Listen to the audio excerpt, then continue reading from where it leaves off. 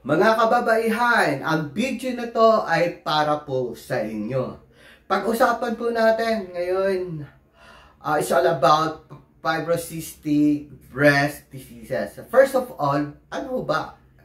Ano ba itong fibrocystic breast disease na ito? Ito po yung tinatawag din na hyperplasia, na kung saan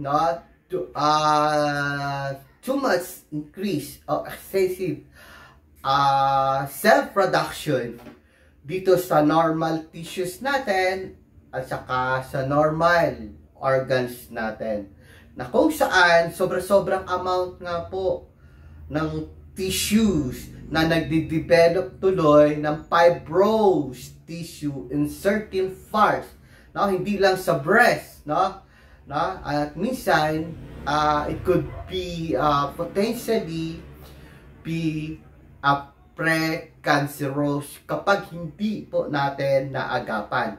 Okay? Isa lang po ang dahilan kung bakit nagkaroon tayo ng ganito. Ito po yung tinatawag namin na iodine deficiency.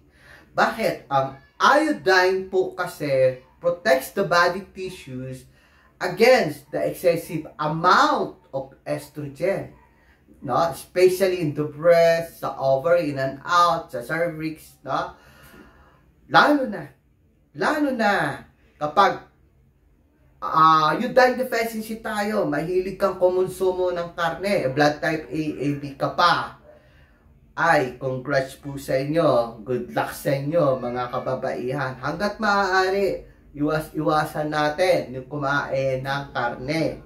Kasi hindi po dinisign yung katawan nyo para kumain ng karne. Kasi ang karne, karne ng baka, baboy o manok, nahihirapan mag-digest yun ng katawan natin.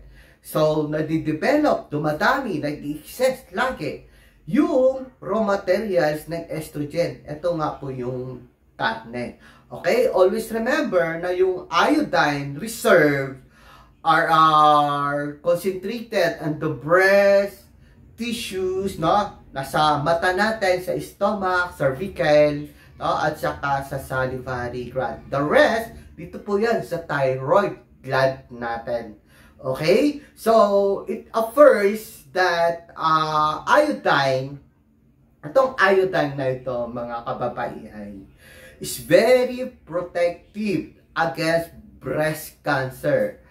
Kasi ang ginagawa kasi ng iodine dito sa estrogen hormones nito, ang trabaho niya, modulator at saka regulator po siya.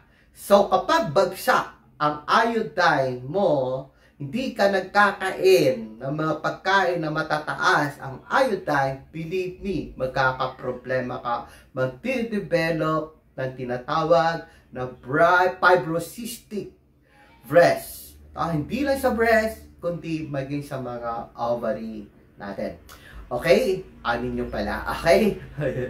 So happen mga kababaihan, na yung sa Japan, may pinaka-lowest na cancer mortality rate about fibrosis, fibrocystic cancer. Why? Kasi may hilig po kasi sila at malakas silang kumonsumo ng mga sea kelp, mga seaweeds, mga shellfish, mga eagles, mga lato, mga pako, Ito yung mga foods, mga kababaihan, na matataas ang content ng iodine. Again, uulitin ko, kapag hindi kayo kumukonsumo ng iodine at malakas kayo, kahit blood type O kayo, mga kababaihan, malakas kayo kumonsumo na karne, tapos bagsak yung iodine nyo, expect nyo na yan. Those excessive na tissues, cell tissues, nagbi-build up po yan sa breast ninyo, maging sa ovary at saka cervical. Okay, so mula ngayon, magkakain na po kayo ng lato at pako. Okay? Mayaman sa iodine or any seafoods po. Okay? God bless you.